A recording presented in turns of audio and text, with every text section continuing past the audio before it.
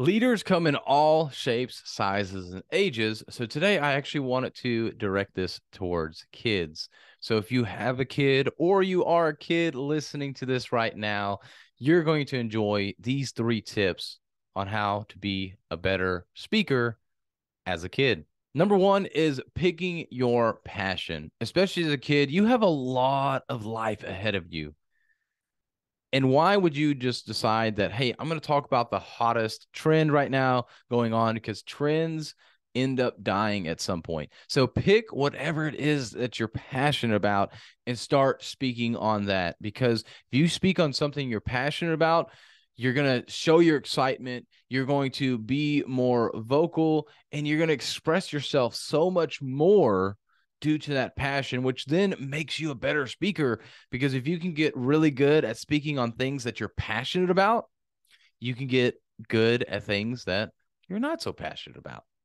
So make sure that you pick that passion. Because when I talk about my daughter or my wife, I really light up about those things. Those are things that I should be passionate about and I am passionate about, as well as public speaking. I get really excited to talk about that.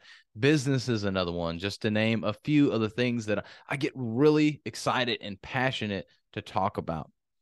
And so my voice will rise a little bit. I won't have such a deep tone in that voice. I'll get more smiley. My hands start going everywhere.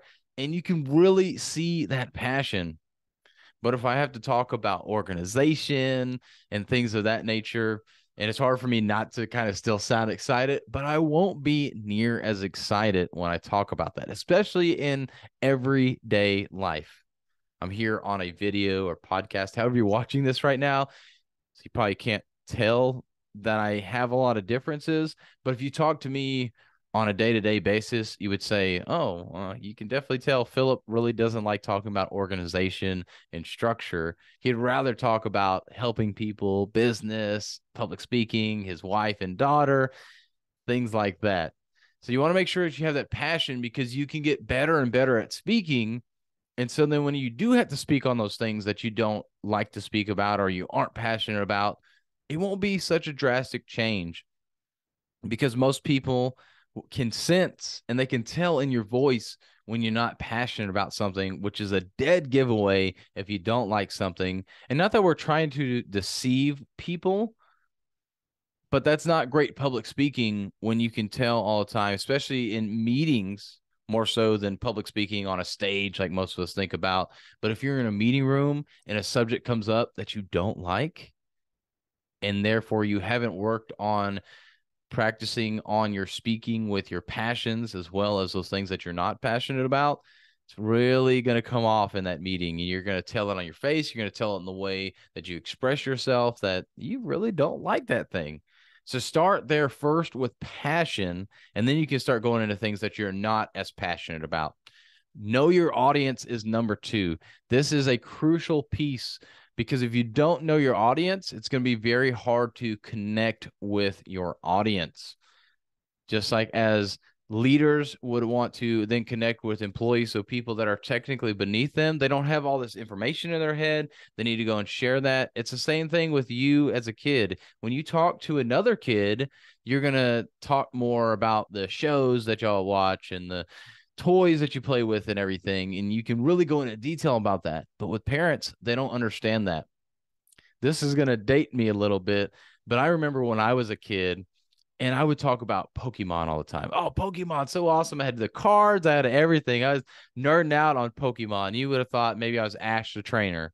Okay, maybe not that far, but you would have thought that I was really into Pokemon. And nothing annoyed me more than whenever one of my aunts, actually a couple of my aunts, would be like, "Oh, Pokemon, a Pokemon," and I'm like, "It's Pokemon, not Pokemon." And I would get so frustrated with that, but I knew my audience. And in this case, it was an aunt or an uncle. So I didn't get mad at them.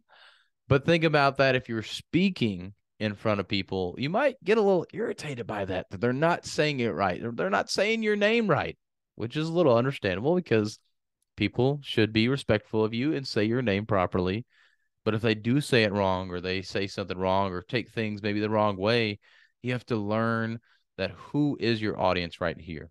Are they going to jeopardize whatever goal I'm working towards? Are they going to understand everything? Okay, I'm going to give them grace because they're not into Pokemon like me. They're not into the things I'm in, and so they don't understand all those details, and that's okay. So you want to make sure that you know that audience. And then finally, just practice. You are young. You have a lot of time to go.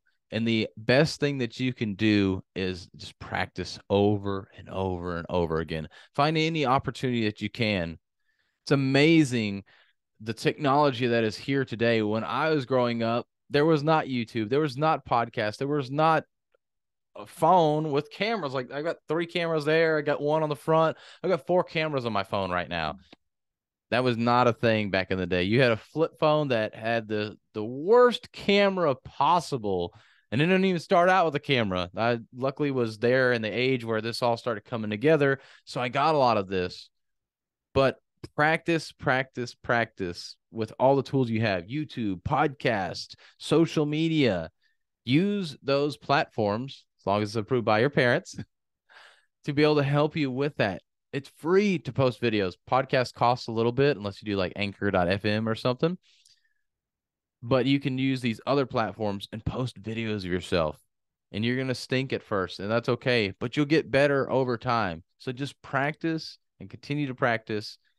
And by the time you're an adult and you really need these skills, or by the time you're in high school where you're actually starting to do real presentations, you're going to knock it out of the park. You're going to be the best speaker there and the best presenter because you've been practicing all these years.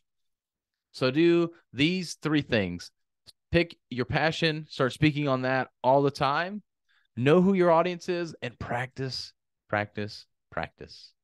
If these tips were helpful for you, make sure that you like and subscribe to the channel. Let me know your thoughts in the comment below, and let me know how I can help you more, what subjects you want me to talk about. I'm here for you. So go out there and have a healthy and blessed day.